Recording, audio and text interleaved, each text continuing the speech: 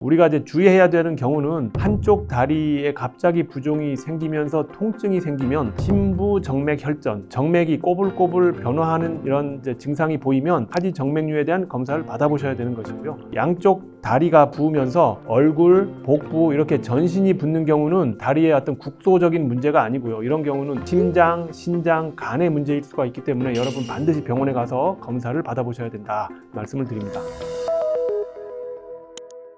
네, 안녕하세요. 18년차 암 전문의 문용화입니다. 네, 안녕하세요. 암 전문의 김슬기입니다. 네, 우리 직장인들 퇴근하고 나면 다리 붓는 분들 많잖아요. 이게 다리가 부으면 혹시 건강에 적신호가 아닌가 이렇게 걱정하시는 분들도 많고요. 그리고 저는 암 환자를 많이 보는데 저희 암 환자 같은 경우도 다리가 붓는다고 걱정을 하시는 분들이 많습니다. 이게 혹시 어디가 잘못된 거 아닌가요? 이렇게 걱정을 하시는 거죠. 그래서 오늘은 다리가 왜 붓는지, 그리고 간단한 셀프 점검법, 그리고 어떻게 대처하면 좋은지에 대해서 여러분과 함께 이야기를 나눠보도록 할게요. 근데 이제 붓는다는 거 굉장히 흔한 증상이잖아요. 일을 오래 서서 했다든지 붓고 잤고 일어나면 좋아지고 굉장히 흔한 증상인 것 같은데, 혹시나 이런 증상이 있으면 꼭 병원에 가서 검사를 해봐야 된다, 이런 증상을 아시는 게 오늘 핵심일 것 같습니다. 네, 그래서 제가 몇 가지 다리가 부을 때 경고 사인이 어떤 건지에 대해서 여러분께 말씀을 드릴 테니까 여러분 꼭 기억해 놓으시기 바라겠습니다. 우리가 직장 생활을 하다 보면 저녁에 다리가 많이 붓잖아요. 이런 경우는 크게 어떤 신체 이상이 있는 게 아니고요. 우리 몸에 있는 혈액이 밑으로 좀 쏠려서 체액이 저류가 되는데 이거를 다리 근육이 제대로 못 짜주기 때문에 생기는 현상이다. 이거는 다음날 아침에 대부분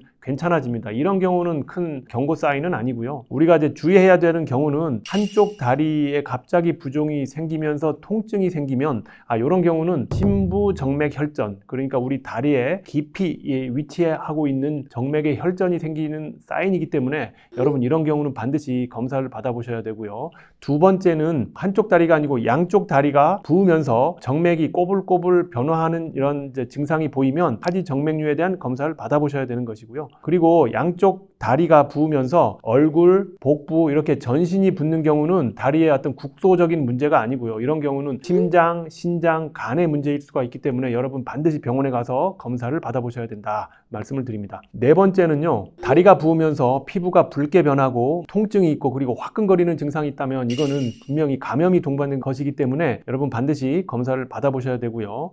마지막으로 호흡곤란이 동반되면서 다리가 붓는다라는 것은 심부전 사인일 수 있습니다. 그렇기 때문에 빨리 병원에 가시기를 추천드립니다.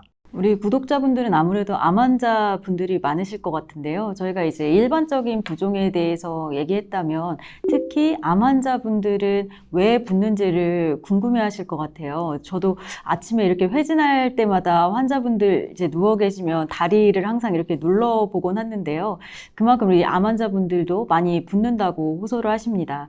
그 원인을 좀 더 자세히 말씀드려 볼까요? 암 환자들이 다리가 붓는 원인 중에 가장 흔한 원인은요, 알부민 부족 때문에 그렇습니다. 저알부민 혈증. 암 환자들은 병 자체가 사실은 소모성 질환입니다. 그렇기 때문에 몸에 이 알부민이 많이 떨어져 있어요. 알부민이 부족하기 때문에 다리가 붓는 것이고요. 또는 암 환자들은 항암 치료를 여러 번 하면서 우리가 식욕을 잃는 경우가 많잖아요. 그래서 영양 섭취가 부족하다라는 것도 이제 알부민이 부족한 원인이 될 수가 있겠고요. 그리고 항암 치료를 하다 보면 뭐 설사가 나는 경우가 종종 생기잖아요. 그래서 이 알부민이 빠져나가는 설사병이 있는데요. 이거를 뭐 단백질 소실, 뭐 장병증 이렇게 얘기를 하기도 하고요. 또는 콩팥이 안 좋아지는 경우가 있습니다. 이거를 알부민이 빠져나가는 신증후군이 암 환자들에게 발생하기도 합니다. 그리고 암 환자들이 간이 안 좋은 경우가 있는데 간이 안 좋으면 알부민 합성도 잘 안 되겠죠. 그러면 우리 혈중에 알부민이 부족해서 삼투압이 낮아지고 혈관 안에 있는 수분 성분이 자꾸 혈관 밖으로 빠져나가서 다리가 붓게 되는 것입니다.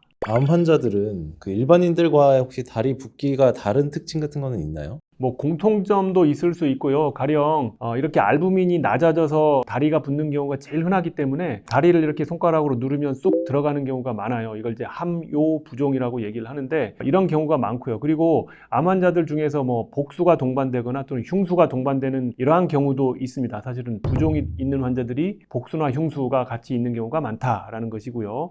그리고 또 얼굴이 같이 붓는 경우도 사실 암 환자들이 흔히 나타나는 현상이라고 할 수 있습니다. 항암제가 원인인 경우도 있는데요. 암 환자들이 많이 쓰는 항암제 중에 도세탁셀이라는 약이 있습니다. 도세탁셀은요, 모세혈관 투과성을 증가시켜서 체액이 혈관 밖으로 빠져나가면서 다리가 붓는 경우가 종종 발생합니다. 그래서 사실은 도세탁셀 쓰시는 분들은 저희가 이제 스테로이드를 미리 처방을 해서 이러한 이제 부작용을 좀 줄여드리려고 노력을 합니다. 교수님 아까 많이 부으면은 병원 빨리 가라고 말씀하셨는데 어떤 과를 가서 어떤 검사를 받아야 돼요? 네, 되게 중요한 질문인데요. 일단은 집 근처에 1차 의료기관을 가시는 경우가 많겠죠. 그래서 집 근처에 내과라든지 가정의학과를 방문하면 이제 그 선생님께서 이거는 조금 더 중한 병이 의심되어서 여러 가지 검사를 해봐야겠다 싶으면 더 큰 병원에 특정 과를 의뢰해 주시겠죠. 그래서 그 의뢰한 이제 소견에 따라서 신장내과라든지 심장내과 또는 뭐 종양내과 이런 여러 과로 이제 특별한 진료를 받게 되시는 겁니다. 그런 데서 진료를 받게 되면 어떤 검사들을 받아요? 네, 그래서 조금 더 전문적인 다리 붓기에 이제 검사를 할 수가 있는데요. 다리 혈관 안에 어떤 문제가 있는지를 보는 검사가 다리 혈관 도플러 초음파 또는 다리 혈관 CT라는 게 있습니다. 그러면 혈관에 어떤 막혀 있는 상태를 알 수가 있고요. 어느 부위에 막혀 있는지 이런 거를 알 수 있게 됩니다. 그리고 아까 다리 붓기의 원인 중에 장기 기능에 문제가 있을 수 있다라는 말씀을 드렸는데, 예를 들어서 뭐 심장 기능에 이상이 의심이 되면 심장 초음파를 해볼 수 있겠고요. 뭐 간 기능, 콩팥 기능 이런 거는 이제 간단하게 혈액 검사를 통해서 알 수가 있겠습니다. 네, 교수님 그러면은 생활 속에서 다리가 많이 붓는 분들을 위한 그 해결 방법 같은 거는 좀 있을까요? 네, 일단 그 병이 있으면 그 병을 고치는 게 우선이겠고요. 그렇지 않은 그냥 일반적 상황에서의 부종을 줄이는 방법은, 중요한 게 이제 중력을 거슬러서 이런 부종이 생기는 거기 때문에 다리를 위로 높여서 베개를 올린 채 하는 것이 중요하겠고요. 또 제가 환자분들께 말씀드리는 게, 누워만 있다 하더라도 이렇게 까치발을 발목을 위아래로 하는 이런 종아리 운동이라든지 이런 것도 도움이 될 것 같습니다. 네, 그리고 짧은 걷기를 추천을 하는데요. 너무 이제 장기간 걷게 되면 오히려 체액이 이제 다리 쪽으로 저류가 되어서 오히려 다리가 더 부을 수도 있습니다. 그러니까 좀 짧은 시간 동안 걷기를 하는 게 이제 혈액순환, 림프순환에 좋다라는 말씀을 드리고요. 압박 스타킹 착용을 또 권장을 드립니다. 마지막으로 짠 음식이 좋지 않습니다. 짠 음식을 가급적이면 덜 먹는 게 다리를 붓지 않게 하는 예방하는 방법이다라는 말씀을 드립니다. 암 환자뿐만이 아니라 우리 일반인들도요, 다리가 붓는 현상은 질병의 단서가 될 수도 있습니다. 그러니까 단순한 증상이지만 이게 여러 번 반복이 된다면 꼭 여러분 검사를 한번 받아보시기를 바랍니다.